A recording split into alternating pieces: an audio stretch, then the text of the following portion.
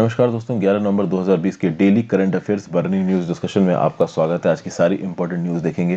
पहली news, Bihar assembly elections, NDA get simple majority. देखिए, जो बिहार के इलेक्शन से काफ़ी क्लोजली कंटेस्टेड है। नेशनल डेमोक्रेटिक अलायंस में आती है जेडीयू, जिसके चीफ है नीतीश कुमार जी।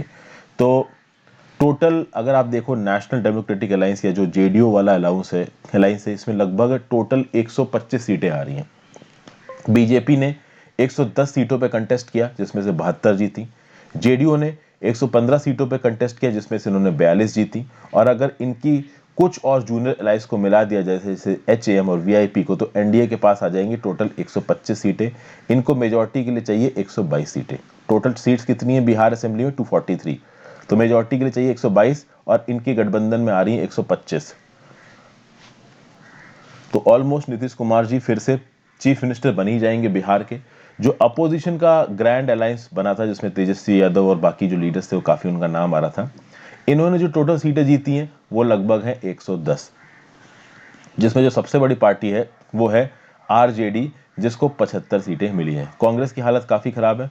70 सीटें टोटल कंटेस्ट की कांग्रेस में, इन्होंने 19 जीती हैं। ठीक है दोस्तों, तो ये पूरा का पूरा scene. Most probably Nitish Kumar यहाँ पे फिर से चीफ मिनिस्टर बनते नजर आ रहे हैं। मध्य प्रदेश के बाईपोल्स की बात कर लीजिए। यहाँ पे बीजेपी ने 16 सीटें जीती हैं। ये जो मध्य प्रदेश के बाईपोल्स हुए, बाईपोल्स मतलब ये रेगुलर इलेक्शंस नहीं, जो 28 सीटें खाली थी उनके ऊपर इलेक्शंस हुए हैं। तो इन 28 सीटों में अब तक जो रिजल्ट सामने निकल के आ रहा है, उसमें समझ में आ रहा है कि भाई बीजेपी 16 सीट जीत रही है, कांग्रेस 7 जीत रही है। तो 16 और 7 कितना हो गया? 23। जो बाकी बची हुई सीटें हैं उसमें कुछ में कांग्रेस लीड कर रही है और कुछ में बीजेपी लीड कर रही है। तो बीजेपी लगभग 3 में लीड बनाए हुए है, कांग्रेस लगभग 2 में लीड बनाए हुए है। अब एग्जैक्टली 23 सीटों का तो रिजल्ट क्लियर है। 23 में से 16 बीजेपी जीत गई है, 7 कांग्रेस जीत गई है, बाकी 5 में कौन क्या जीतता है ये पता चली जाएगा। ये मैं 11:30 बजे की बात बता रहा हूं, कल शाम की।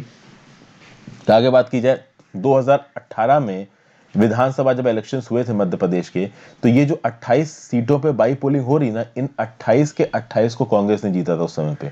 लेकिन बीच में कुछ पॉलिटिकल टर्मोइल हुआ और जो ज्योतिरादित्य सिंधिया है, जो कि अभी के लिए राज्यसभा के मेंबर हैं, ये इस इलाके में काफी फेमस है। कौन से इलाके की बात कर रहा हूं मैं? तो ये जो ग्वालियर रीजन वाला इलाका है, ग्वालियर चंबल रीजन वाला जो इलाका है, यहाँ पे ज्योतिरादित्य सिंधिया की पॉपुलैरिटी काफी ज्यादा है। पहले सिंधिया जी कांग्रेस की साइड थे, अब वो बीजेपी की साइड आ गए। तो सिंधिया जी के जितने भी सपोर्टर हैं वो बीजेपी के टिकट पे लड़ रहे हैं और टिकट पे लड़के जीत भी रहे हैं। तो मोस्ट प्रोबेबली अब शिवराज सिंह चौहान ही चीफ मिनिस्टर बने रहेंगे आपके मध्य प्रदेश की, चूंकि बीजेपी यहाँ पे पोल्स को जीत चुकी है। ऑलमोस्ट मेजोरिटी तो अब बनी गई है इनकी। फिर बात की जाए SCO summit, Shanghai cooperation organisation summit, इसका एक वर्चुअल समिट बन रहा था। और इस शांघाई कोऑपरेशन ऑर्गेनाइजेशन में इंडिया भी पार्ट है, चाइना भी पार्ट है और पाकिस्तान भी पार्ट है। नीचे कमेंट बॉक्स में बताइए कि इंडिया और चाइना कौन से साल में शांघाई कोऑपरेशन ऑर्गेनाइजेशन के मेंबर बने।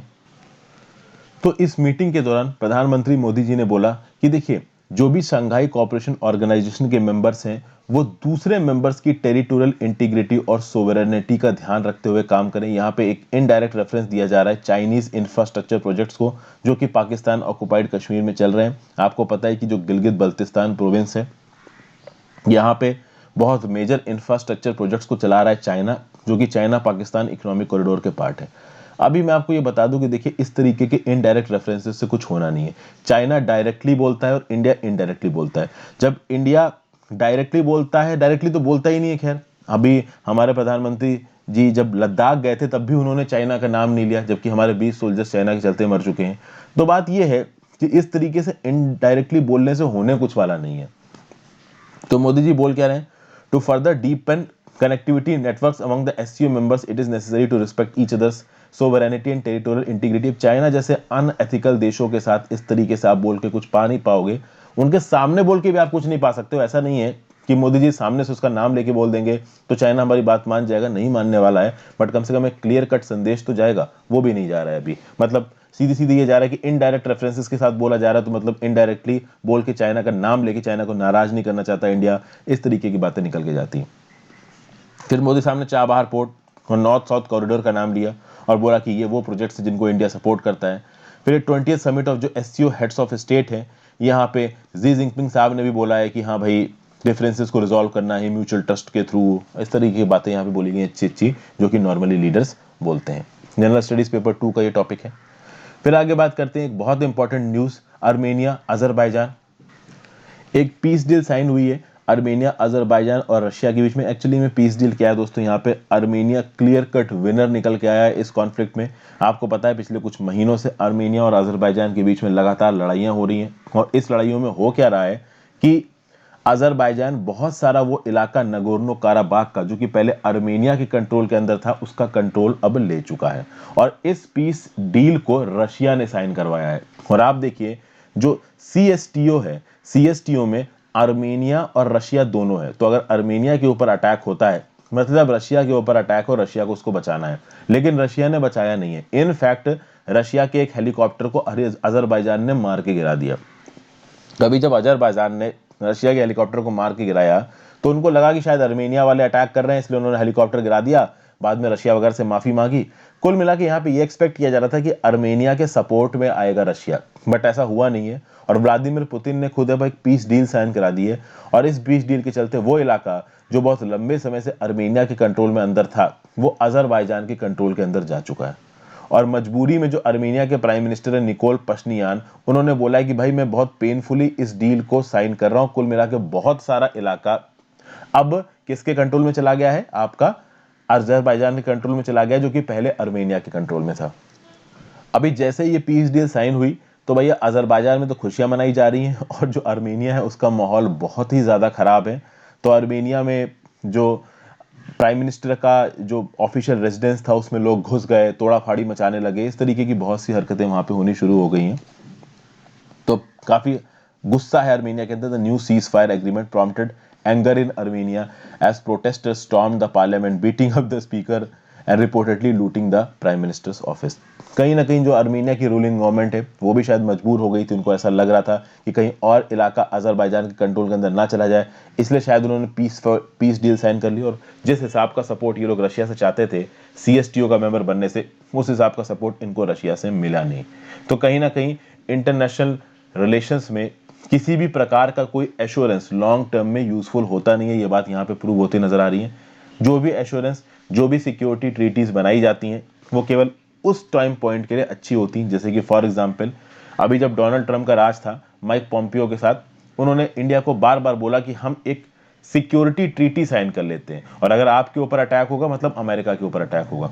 कल की डेट में मान लीजिए इंडिया एक ऐसी सिक्योरिटी ट्रीटी साइन कर भी लेती है, और आज से 4 साल बाद इंडिया चाइना की लड़ाई होती है, तो जरूरी नहीं है कि उस समय पे अमेरिका इंडिया की मदद के लिए आए। तो कुल मिला के जैसे अंग्रेज होते थे ना पहले कॉलोनियल समय में, कि उन्होंने मराठाओं के साथ एग्रीमेंट किया कि भाई टीपू सुल्तान पर अटैक नहीं करेंगे, टीपू सुल्तान के साथ एग्रीमेंट किया कि ठीक है भाई हम मराठा जब अटैक करेंगे तो आपकी मदद करेंगे। इस तरीके की ट्रीटीज तुरंत अंग्रेज तोड़ देते थे। आज के इंटरनेशनल रिलेशंस में भी यही देखने को मिल रहा है। ट्रीटी का कोई मतलब नहीं रह गया है। ट्रीटी बनी है इसलिए है कि उसको एंड टाइम पे अपने इंटरेस्ट के हिसाब से तोड़ दिया जाएगा। यहाँ पे व्लादिमीर पुतिन जो कि रशिया के प्रेसिडेंट, उनके पास एक ऑप्शन था कि वो आर्मेनिया की मदद भी कर सकते थे, बट उनके सामने डोमेस्टिक कंपल्शंस है, उनके लीडरशिप के अगेंस्ट रशिया के अंदर ही इंटरनल बॉस स्क्वैबल्स चल रहे हैं।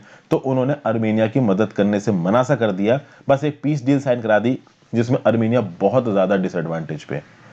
तो इसीलिए इंडिया का जो फॉरेन पॉलिसी स्टैंस है, स्ट्रेटेजिक ऑटोनॉमी का, ये स्टैंस बहुत इफेक्टिव है। हमारी जो सरकार फॉरेन पॉलिसी में किसी भी दूसरी कंट्री पे डिपेंडेंट नहीं रह रही है, स्ट्रेटेजिक ऑटोनॉमी को ध्यान दे रही है। हाँ, हम फाउंडेशनल एग्रीमेंट साइन कर रहे हैं, लॉजिस्टिक ट्रांसपोर्ट एग्रीमेंट साइन कर रहे हैं, क्योंकि उससे हमको डायरेक्ट फायदा है, बट कोई डील, कोई स्ट्रेटेजिक अलायंस साइन करने का मतलब है नहीं, क्योंकि लॉन्ग टर्म में यूएसए जैसी कंट्री हमारे साथ किसी स्ट्रेटेजिक अलायंस को ऑनर करेगी, इस बात की कोई भी गारंटी नहीं है। ये बात इस आर्मेनिया अजरबैजान वाली पीस डील से प्रूव होती है।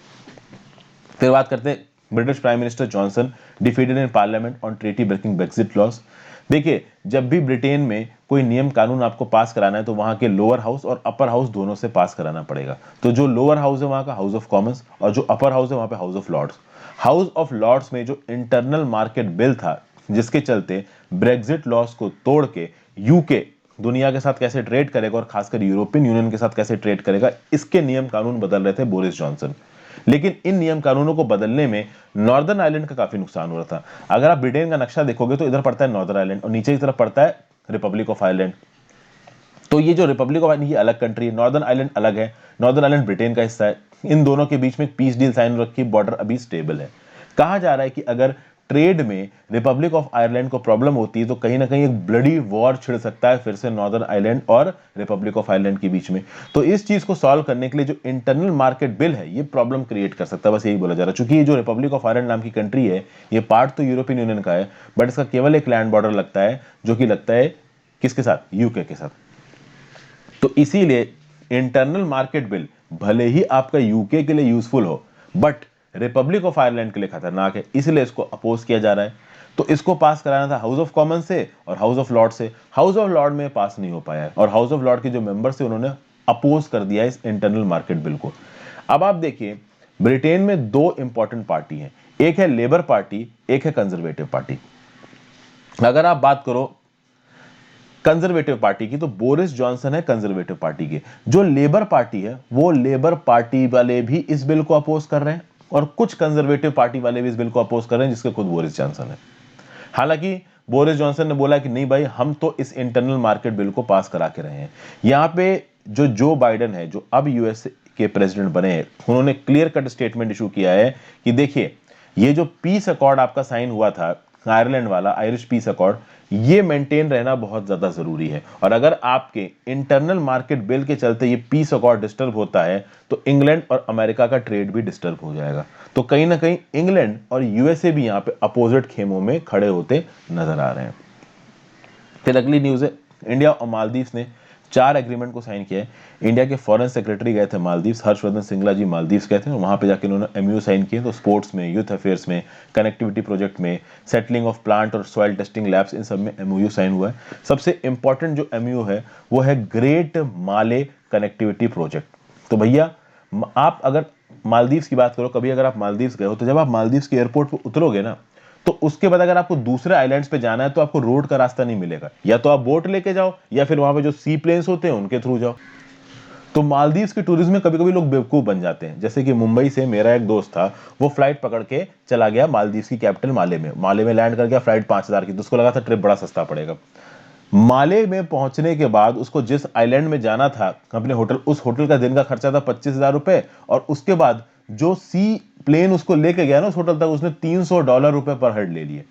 तो मतलब कि कहने का मतलब ये है कि मान लीजिए मालदीव की कैपिटल है माले, इससे आसपास जो छोटे छोटे आइलैंड्स हैं जहां पे रिजॉर्ट वगैरह बने हुए जहां पे लोग टूरिज्म के लिए जाते हैं, वहां जाने के लिए या तो आप बोट से जाओगे या सी प्लेन से जाओगे और इनके किराए बहुत हाई होते हैं। बोट से आप जाओगे तो 80 से $100 ले लेंगे पर पर्सन और अगर आप प्लेन से जाओगे तो $300 ले लें आपसे और राउंड ट्रिप के चार्जेस तो और ज्यादा होते हैं। तो इसीलिए जो मालदीव्स की गवर्नमेंट है वो कनेक्टिविटी प्रोजेक्ट बनाना चाहती है, यानी जो बड़े बड़े आइलैंड्स है माले के पास उसके साथ रोड कनेक्टिविटी बनाना चाहती है। और ये जो मालदीव्स की कैपिटल है माले, इसको 3 आइलैंड्स के साथ जोड़ने के लिए कनेक्टिविटी प्रोजेक्ट है ग्रेटर माले कनेक्टिविटी प्रोजेक्ट, जिसमें $500 मिलियन का खर्चा है, जिसमें $100 मिलियन को रिलीज करने के बाद इंडिया ने कर दिए, बाकी का बचा हुआ $400 मिलियन भी इंडिया रिलीज करेगा। एक और एग्रीमेंट है कि एक प्लांट और सॉइल टेस्टिंग लेबोरेटरी बनाई जाएगी 1.71 मिलियन मालदीवियन रुपया से, ड्रग डिटॉक्स फैसिलिटी बनाई जाएगी। तो ऐसे कुछ ही एमयूज हैं, एमयू है स्पोर्ट्स और यूथ अफेयर्स को लेके। तो ये सब एमयूज साइन करने की बात की गई। देखिए एमयूज इंपॉर्टेंट होते हैं दो कंट्रीज के स्ट्रेटेजिक रिलेशन में और मालदीव्स एक बहुत ही स्ट्रेटेजिक पोजीशन में आता है। कहीं ना कहीं चाइना और इंडिया दोनों compete कर रहे हैं मालदीव्स में अपनी पकड़ को बनाने के लिए। तो बहुत जरूरी है कि मालदीव्स की सेंट्रल गवर्नमेंट के साथ इंडिया के रिश्ते अच्छे हैं। So thank you for watching this video friends, I hope आपको सीखने को मिला होगा। Good bye.